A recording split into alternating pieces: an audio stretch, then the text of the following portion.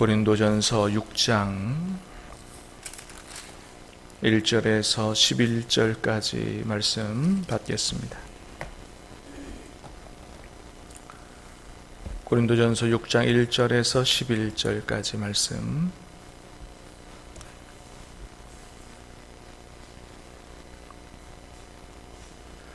너희 중에 누가 다른 이와 더불어 다툼이 있는데 구태여 불의한 자들 앞에서 고발하고 성도 앞에서 하지 아니하느냐?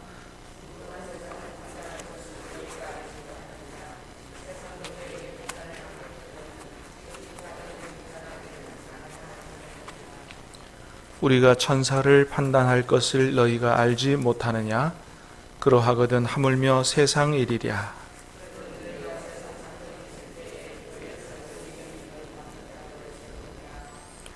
내가 너희를 부끄럽게 하려 하여 이 말을 하노니 너희 가운데 그 형제 간의 일을 판단할 만한 지혜 있는 자가 이같이 하나도 없느냐?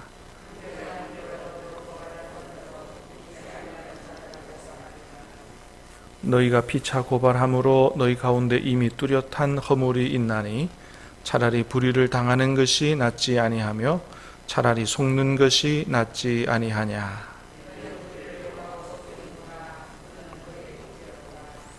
불의한 자가 하나님의 나라를 유업으로 받지 못할 줄을 알지 못하느냐?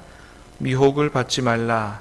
음행하는 자나 우상숭배하는 자나 간음하는 자나 탐색하는 자나 남색하는 자나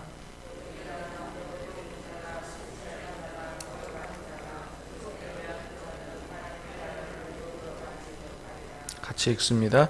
너희 중에 이와 같은 자들이 있더니 주 예수 그리스도의 이름과 우리 하나님의 성령 안에서 씻음과 거룩함과 의롭다 하심을 받았느니라. 아멘. 네, 오늘 말씀은 고린도 교회 안에서 있었던 고소 사건에 대해서 기록하고 있습니다. 자, 1절을 한번 다시 보겠습니다. 1절 시작. 너희 중에 누가 다른 이와 더불어 다툼이 구태여 불의한 자들 앞에서 고발하고 성도 앞에서 하지 아니하느냐. 네, 고린도 교회 성도들끼리 어떤 다툼이 있는데 이것을 교회 안에서 해결하지 않고 세상 법정으로 가서 고소를 하게 됐다는 것이죠. 자, 이에 대해서 사도 바울은 아주 불같이 화를 내면서 책망을 합니다. 자, 2절 시작. 성도가 세상을 판단할 것을 너희가 알지 못하느냐? 세상도 너희에게 판단을 받겠거든 지극히 작은 일 판단하기를 감당하지 못하겠느냐? 성도가 세상을 판단할 것을 너희가 알지 못하느냐? 3절에도 보면 그러죠. 우리가 천사를 판단할 것을 너희가 알지 못하느냐? 그러하거든 하물며 세상 일이랴. 마태복음이나 요한계시록에 보면 주님께서 재림하시는 날 이제 완성된 천국이 이루어지면 우리가 주님과 함께 12보좌에 앉아서 온 세상을 다스리게 된다. 이런 말씀들이 나오죠. 그래서 이제 하나님께서 하나님의 자녀들을 가장 예수님과 함께 가장 높은 위치에 서게 하셔서 온 세상을 하나님의 뜻대로 다스리도록 처음에 하나님께서 인간을 창조하신 그 지위로 높이시는 것이죠. 온 세상을 너희가 다스리라. 그죠? 생육하고 번성하고 다스리라. 자, 어쨌든 하나님께서 기뻐하시는 하나님의 자녀들이 온 세상을 하나님의 뜻대로 다스리게 되는 그런 날이 온다. 자, 그렇게 너희가 세상을 판단하고 다스릴 너희가 하나님을 알지 못하는 그런 세상 사람들 앞에, 불의한 자들 앞에 나가서 이 문제에 대해서 해결해 달라고 지혜를 구하느냐? 그건 옳지 않다는 것이죠. 특별히 2절에 보면 그렇게 기록했어요. 지극히 작은 일 판단하기를 감당하지 못하겠느냐? 지극히 작은 일, 그러니까 이 고린도 교회 성도들끼리 세상 법정 가서 서로 고소하고 이 문제에 대해서 판단을 해달라고 부탁한 고소 고발한 이 사건이 큰 일이 아니었다는 거예요. 작은 일이었다는 것입니다. 특별히 이 문제는 돈 문제라고 보여집니다. 7절에 보면 그런 얘기하죠. 너희가 피차 고발함으로 너희 가운데 이미 뚜렷한 허물이 있나니 차라리 불의를 당하는 것이 낫지 아니하며 차라리 속는 것이 낫지 아니하냐 할 때 속는다, 이제 속인다, 그죠? 네. 그런 이 단어는 상업적 용어라 그럽니다. 상업적 용어. 그러니까 이제 돈 문제, 사기 사건에 관련된 문제라는 것이죠. 학자들에 의하면 그런 얘기입니다.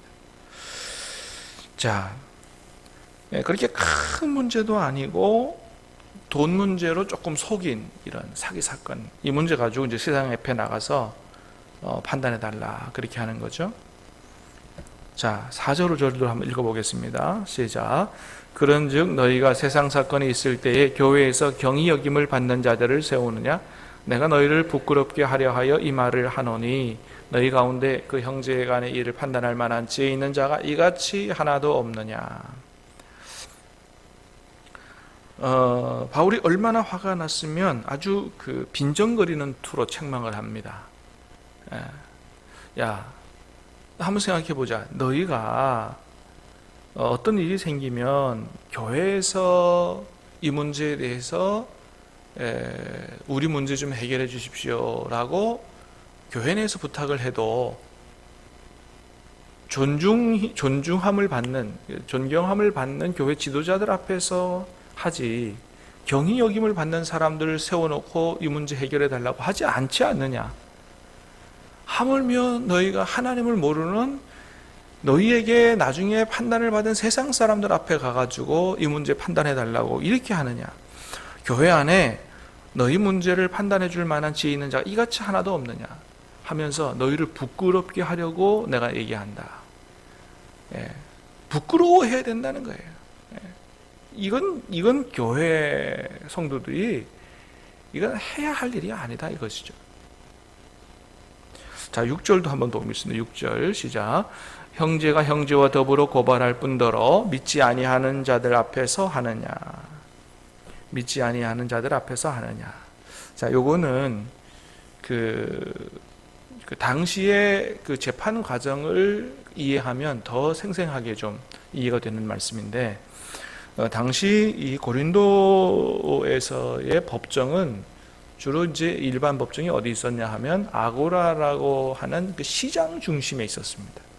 시장 중심에 그 넓은 좀 공터나 이런 거죠. 그래서 이제 거기에 치안 판사가 앉아가지고 재판을 하는 거예요. 그러면 시장 중심에 그 일반 법정이 생겨났으니까 어떻게 해요? 재판받는 과정을 시장에 몰려든 사람이 다 빙 둘러서 볼 거 아니에요. 근데 많은 사람들이 그 재판하는 과정을 보는데, 고린도 교회 다니는 사람들 둘이 와가지고 그것도 큰 문제도 아닌 그 돈 몇 푼 이거 가지고 서로 고소하고 고발하고 하면서 이거 싸우고 있다 이거죠. 그러니까 바울이 생각할 때는 이거 얼마나 기가 막힌 얘기예요. 그러니까 너무너무나 화가 난 것이죠. 그러니까 주님의 영광을 가리는 일이고, 이 교회 창피라는 거죠. 교회 창피. 교회의 명예를 다 떨어뜨리는. 그래서 7절에서 그런 얘기합니다. 7절에서 시작. 너희가 피차 고발함으로 너희 가운데 이미 뚜렷한 허물이 있나니 차라리 불의를 당하는 것이 낫지 아니하며 차라리 속는 것이 낫지 아니하냐. 너희가 피차 고발함으로, 한 사람이 고발한 것도 아니고 양쪽에 서로 고발한 것 같아요. 하여튼 서로에게 뭐 속고 속이고 한 것 같습니다. 그래서 너희가 가운데 이미 뚜렷한 허물이 있다. 아주 분명한 허물이 있다는 것이죠. 어떤 허물이겠어요? 첫 번째는 주님의 말씀에 순종하지, 형제 사랑에 대한 말씀을 순종하지 않은 죄가 있겠죠. 두 번째는 그 자기의 그 물질적 손해를 감수하지 않기 위해서 나가서 세상 법정에서 고소 고발하면서 교회의 명예, 하나님의 영광을 떨어뜨린 이런 죄가 있겠죠. 그래서 얘기합니다. 그런 것 같으면 차라리 불의를 당하고 차라리 속는 게 낫지 않느냐. 또 여러분 당시 상황에서는 빈민들이나 평민들은 법정에 가기가 쉽지 않았다 그래요. 그래서 주로 법정에 가서 재판을 하는 경우는 어떤 경우냐 하면 사회 경제적으로 힘이 있는 사람들이 자기보다 힘없고 약한 사람들을 고소해서 법정에 세우는 이런 일이 다반사였다 그럽니다. 그러니까 힘이 없는 사람들이 억울해서 힘 있는 사람들을 고소하는 이런 일은 한 건도 없었대요. 그러니까 오늘 본문에도 보면 이렇게 뭔가 다른 형제를 고소 고발하고 한 것들이 조금 사회 경제적으로 괜찮은, 좀 여유가 있는 이런 사람들이거든요. 그러니까 사도 바울이 그런 얘기합니다. 너희가 그 고소 고발함으로 교회 창피를 당하고 주님의 영광을 다 떨어뜨리는 그런 일을 하느니 차라리 너 좀 손해 봐도 되잖아. 그만한 경제적인 여력이 있잖아. 그거 좀 손해보고 주님의 영광을 위해서 좀 하면 되지. 그거를 가지고 세상 법정에 나가서 그렇게 고소고발하고 교회 명예를 다 떨어뜨리고 그렇게 해야 되겠느냐. 그러면서 그래요. 너희가 서로에게 불의를 행하고 속인다. 그런 얘기하죠. 8절 시작. 너희는 불의를 행하고 속이는구나. 그는 너희 형제로다. 불의를 행한다 말이죠. 그러면서 불의를 행하는 자가 어떻게 되는지 얘기합니다. 9절 10절 불의한 자가 하나님의 나라를 위협으로 받지 못할 줄을 알지 못하느냐. 미혹을 받지 말라. 음행하는 자나 우상 숭배하는 자나 간음하는 자나 탐색하는 자나 남색하는 자나 도적이나 탐욕을 부리는 자나 술 취하는 자나 모욕하는 자나 속여 빼앗는 자들은 하나님의 나라를 위협으로 받지 못하리라. 아멘. 불의한 자가 하나님의 나라를 유업으로 받지 못하는 줄을 너희가 알지 못하느냐. 특별히 이 사람들한테는 그 탐욕에 대해서 경고하는 것 같아요. 얼마든지 여유가 있어서 그런 정도 형제 사랑을 위해서 주님의 영광을 위해서 손해 볼 수 있는데 그거 되찾겠다고 세상 법정에 나가서 고소하는 거, 그거 탐욕이다. 불의한 일이다. 절대 해서는 안 될 일이다 라고 하는 것이죠. 자, 11절도 읽어봅니다. 시작. 너희 중에 이와 같은 자들이 있더니 주 예수 그리스도의 이름과 우리 하나님의 성령 안에서 씻음과 거룩함과 의롭다 하심을 받았느니라.